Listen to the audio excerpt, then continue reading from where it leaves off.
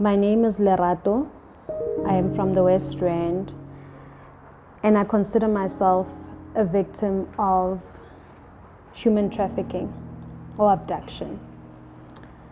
It was in 2017, December, where my sister and I took a trip to Joburg to come and do some December shopping for her wedding, which was due to be set on Sunday of that Friday.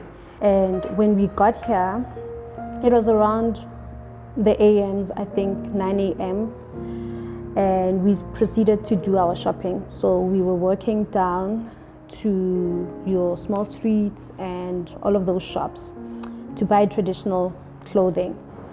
And we walked from shop to shop, block to block, and we were not minding what was happening on that day. I think because of the vibe, the festive feel, it was busy. People were working into trains, people were working into buses, people were traveling in and out of Joburg. So it got to a point where we decided to take a break and have lunch at one of the famous restaurants in South Africa.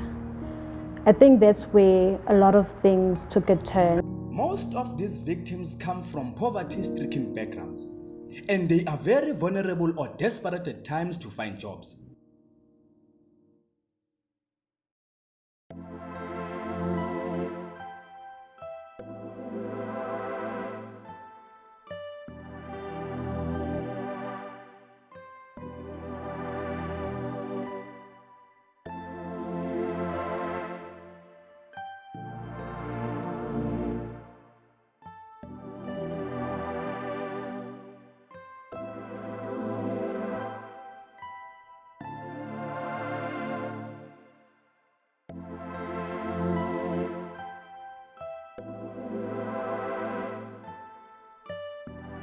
They find themselves being lured into shady buildings where a lot of these crimes happen.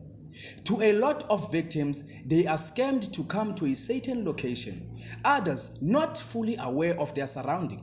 Another strategy used was the one that was used on Lerato and her sister Dineo, where they were softened and manipulated by enforcing fear in order for them to cooperate and walk out of the restaurant.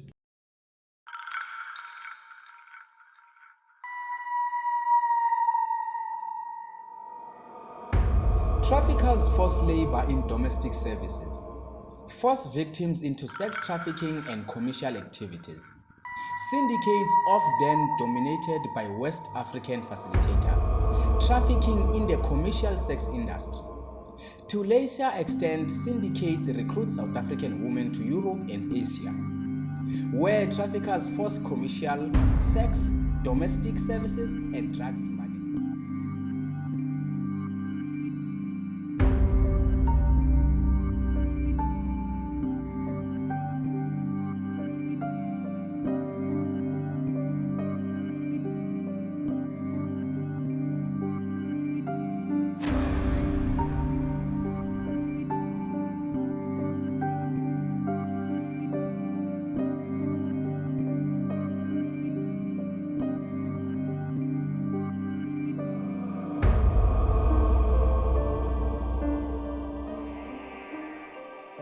And when we got there, I proceeded to go sit down, and my sister was taking her order. So the restaurant was shaped like an L-shaped thing. And while we were there, I went on to sit at the corner at the restaurant, and there were a few people sitting there having their lunch, and my sister was still taking the order. A while later, a very huge, masculine, dark-skinned man worked in the restaurant, and he came and sat next to the table that was next to me. And he claimed that he was using the Wi-Fi to respond to work emails. And I didn't understand what he was doing, but then he kept annoying me, and I didn't respond to most things that he was saying. But the surprising thing is that he couldn't speak isiZulu or anything. He had this different accent. He kept talking isiZulu, but it wasn't clear.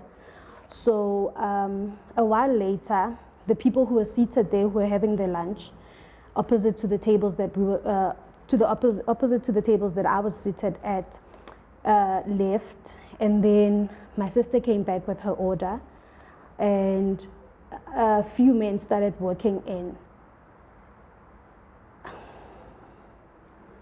It was a few men, 2 or 3 men, who kept working in one by one, and they sat in a very odd manner, in a very strategic manner, I would say.